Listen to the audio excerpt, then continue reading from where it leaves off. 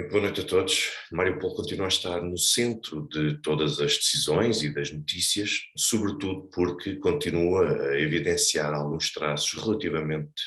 preocupantes, sobretudo relativamente aos combates e à situação que ainda continua a verificar-se por parte do cerco que foi montado, quer pela Rússia, quer também pelas milícias do Donbass e pelas Forças Armadas do Donbass, no sentido de forçar a rendição por parte dos militares e também dos membros da Guarda Nacional, do Batalhão Azov, ucranianos, que se encontram totalmente barricados. Ora bem, a Rússia hoje veio dizer que Mariupol já estava sob controle total, portanto já tinha sido conquistada por parte, quer pela Rússia, quer também pelas Forças Armadas ou pelos militares de Donbass. Mas, por outro lado, nós tivemos também o presidente Zelensky, presidente ucraniano, que nos veio dizer que veio desmentir esta notícia, basicamente, para dizer que Mariupol não está plenamente conquistada. Ora bem, onde é que está a verdade? A verdade é que ontem houve uma última esquadra de polícia que foi conquistada por parte das forças de Donbass, que vieram a tomar o seu controle. O que é que isto quer dizer? Que do ponto de vista administrativo, todas as instituições ligadas ao poder da cidade, ao poder local, quer as quadras policiais, quer também o sítio correspondente ao equivalente à Câmara Municipal de Mariupol, e outro tipo de infraestruturas que estão ligadas, incluindo o porto de Mariupol, todas estas áreas, todas estas infraestruturas estão neste momento sob controle russo ou pró-russo. Portanto, não estão neste momento ocupadas, nem estão sob controle, mínimo que seja, por parte de alguma entidade ligada ao poder ucraniano. Ou seja, mesmo as infraestruturas consideradas estratégicas da cidade, neste momento, já não têm a presença de militares ucranianos. Portanto, tecnicamente, o controle da cidade de Mariupol não tem de ser a 100%, ou seja, não tem de estar um controle em cada esquina, naturalmente isso é desejável, sobretudo para poder conferir alguma estabilidade à cidade de Mariupol. No entanto, na prática aquilo que nós temos é que as infraestruturas críticas, a esmagadora maioria da cidade, está plenamente conquistada. Eu vou-vos mostrar, porque hoje houve notícia também de que cerca de 700 militares ucranianos nesta zona que estavam destacados em Mariupol, que se terão rendido às forças russas. Ora bem, não tenho forma de confirmar isto ainda, isto é uma notícia que tem sido veiculada, mas a confirmar-se a rendição de mais 700 militares ucranianos, aquilo que vem mostrar no terreno é que dos cerca de 3.000 e pouco, 3.500 totais entre Azov, os fuzileiros e também o exército, que se encontravam presentes e cercados em Mariupol, cerca de metade, pelo menos, já se terão rendido às forças russas. Isto é importante porque fragiliza naturalmente quem continua no terreno, mas eu vou-vos mostrar, ainda que por breves instantes, a situação neste momento, o mapa, o que é que nós podemos contar relativamente a Mariupol. Ora bem, nós tínhamos aqui naturalmente a zona do Porto, e agora a única zona que nós temos aqui ocupada ainda, sobretudo pelo batalhão Azov, é esta área, que é a área da fábrica Azovstal, ou seja, continua a ser uma área extremamente crítica, ainda é uma área vasta, uma área longa, mas é a área apenas da fábrica Azovstal, ou seja, isto do ponto de vista de quem está cercado, todas as linhas de abastecimento possíveis que possa ter, neste momento, e até mesmo outros focos de apoio, inclusive, se não estou em erro, julgo que aqui perto do Porto continua aqui a haver uma área onde o cerco continua montado e onde os militares ucranianos que ainda resistem, bem como o batalhão Azov, estão neste momento ainda sob controle ucraniano, mas a verdade é que este é o principal foco que neste momento falta e muito importante também de perceber é o facto de os russos ontem, após a conquista desta última esquadra de polícia que faltava ainda conquistar, os russos passaram a emitir de meia a meia hora para aqueles que estão cercados nesta área, quer militares, quer também batalhão Azov, vários apelos no sentido de se renderem, garantindo que naturalmente que não viriam a conduzir qualquer tipo de ato contra a vida deles.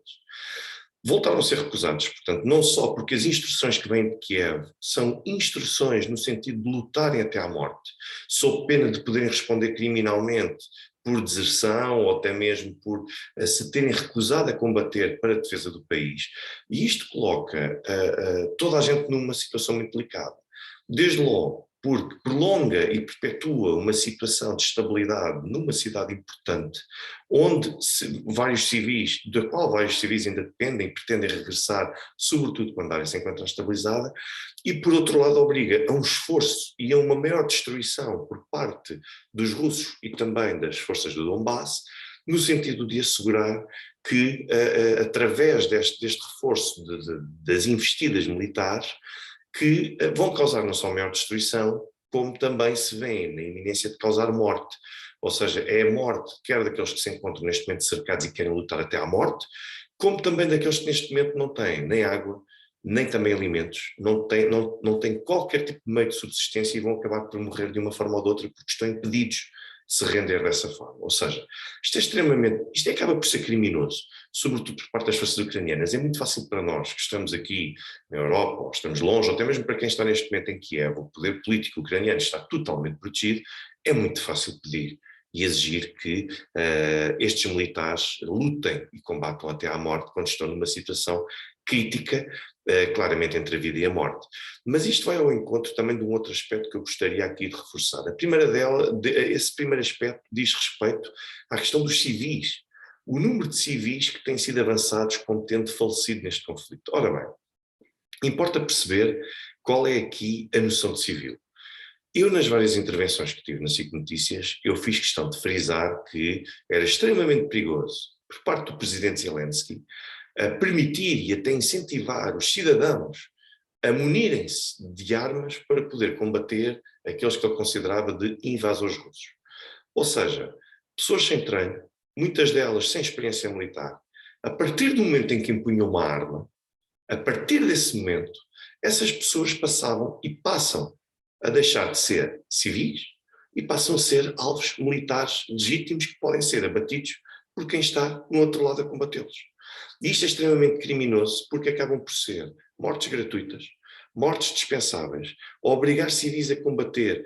acaba também por violar o direito internacional humanitário e coloca, muito possivelmente, a escala e o número de civis num número muito superior e até inflacionado àquilo que efetivamente se verificará enquanto civis que são baixas deste conflito. Portanto, nós temos civis que acabam por ser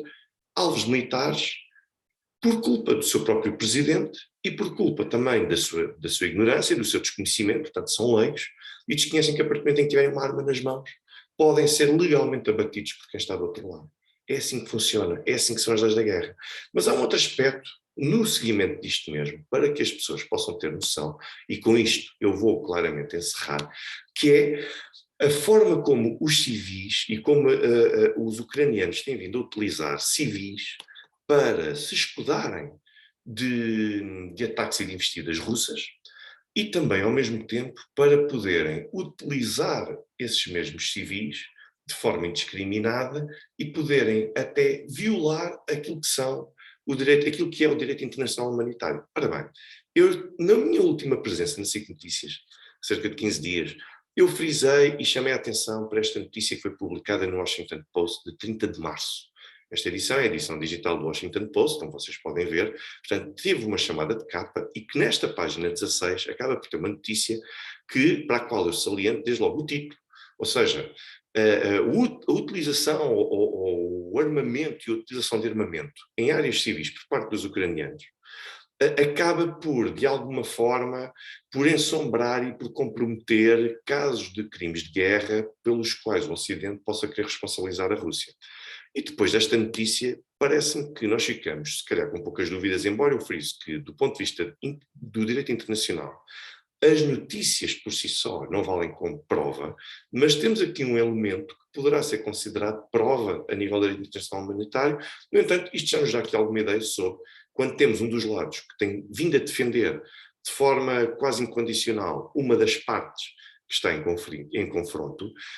nós poderemos depreender que se estas notícias são pejorativas para essa parte, logo, à partida, algum fundamento de verdade elas poderão ter. Algum.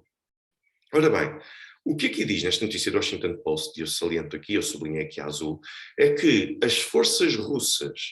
com as forças russas a alvejar cidades, os ucranianos têm respondido através da fortificação de áreas civis para defender Kiev. E o que é que têm feito? Têm destacado sistemas de defesa aéreos,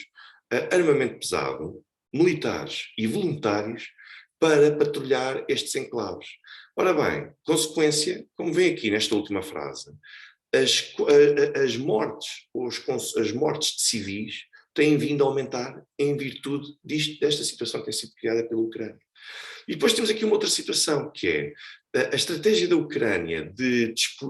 destacar ou de colocar, posicionar equipamento militar pesado e outro tipo de fortificações em áreas civis, pode, de facto, fragilizar, diz o Washington Post, qualquer tipo de responsabilização da Rússia por crimes de guerra. E parece-me que este tipo de ato, desde logo, responsabiliza e deve responsabilizar o lado ucraniano por isso. Ora bem, o Washington Post diz que testemunhou que vários tipos de equipamento ucraniano foram colocados junto a apartamentos residenciais. Isto, a meu ver, é extremamente grave, até porque depois, como se diz aqui, é citado uma pessoa até da Human Rights Watch, que vem dizer que os militares ucranianos têm a responsabilidade, ao abrigo do direito internacional, de retirar as forças e o equipamento de todas as áreas habitadas por civis. Porque se não o fizerem, estão a violar as chamadas leis da guerra, do direito internacional humanitário que eu referi. Portanto, o que eles estão a fazer, basicamente, os ucranianos, e eu estou a citar, é colocar os civis em risco. E por causa de tudo isto, como eu referi há pouco, os civis acabam por se tornar como alvos legítimos por parte dos russos e até mesmo das forças militares do Donbass. Agora, o Washington Post veio aqui citar Alexei Arestovich, que foi esta parte que eu citei na SIC Notícias e que depois foi desmentido por parte de quem estava a debater comigo, porque veio dizer que era falso. Eu disse que aquilo que este indivíduo veio dizer, que é conselheiro do presidente Volodymyr Zelensky, aquilo que ele veio dizer foi que a doutrina militar ucraniana, que foi aprovada pela Rada, ou pelo Parlamento ucraniano, assume um princípio de defesa total, em que é permitido utilizar todo o tipo de meios para se defenderem daquilo que eles consideram e qualificam como agressor, que são os russos. Ou seja, aquilo que diz aqui, vejam, é que as forças de defesa ucranianas têm autorização legal para poder proteger as suas residências e, ao colocarem-se nas suas residências ou em áreas residenciais, o que ele vem dizer, este conselheiro do presidente Zelensky, é que as leis da guerra e as leis de direito internacional humanitário não se aplicam à Ucrânia neste conflito, porque a tarefa ou a principal finalidade de Putin com esta campanha militar é a destruição da nação ucraniana. Ora, isto é absolutamente criminoso. Se este indivíduo disse isto, este indivíduo está a confessar crimes de guerra no sentido de dizer que tudo é permitido porque estão a combater um inimigo para quem vale a destruição da nação ucraniana. Isto é assumir e é reconhecer que estão a ser praticados crimes de guerra. E depois, reparem ainda, noutra frase absolutamente alucinada e preocupante que este indivíduo acaba por ter. Ele diz que, este conselheiro do presidente Zelensky vai dizer que o que está a acontecer aqui não é uma competição entre exércitos europeus de acordo com um conjunto de regras estabelecidas. Aquilo que está aqui a verificar-se é a luta de uma população para poder sobreviver relativamente a uma ameaça à sua existência. Portanto, quando nós temos isto, a meu ver, não deixa dúvidas da forma criminosa com que o presidente Zelensky está a conduzir e está a instruir e a lançar para o campo de batalha e para serem alvos, para falecerem, para perecerem, numa situação na qual eles nem sequer deviam ser chamados, deviam ser protegidos, e a forma como estão a ser utilizados meios urbanos, meios civis, e pessoas até, e áreas residenciais como escudos humanos, por parte dos militares ucranianos. Isto, a meu ver, não existe a mínima dúvida de que isto constitui crimes de guerra e que estão a ser confessados por este conselheiro do presidente Zelensky. Era só isto que eu vos queria deixar. É um tópico para reflexão que está aparentemente documentado, há fontes citadas, mas a verdade é que nós temos de perceber o que é que são efetivamente civis neste conflito. São pessoas que efetivamente foram mortas pelos russos ou que foram colocadas em risco pelos ucranianos, quer por serem utilizadas as suas áreas como alvos, e ao mesmo tempo o presidente Zelensky instruir a sua população inexperiente e até sem sequer mínimo de amadurecimento, sequer do manuseamento de armas e de táticas militares para poderem combater os russos. Portanto, esta é a minha reflexão. Até amanhã.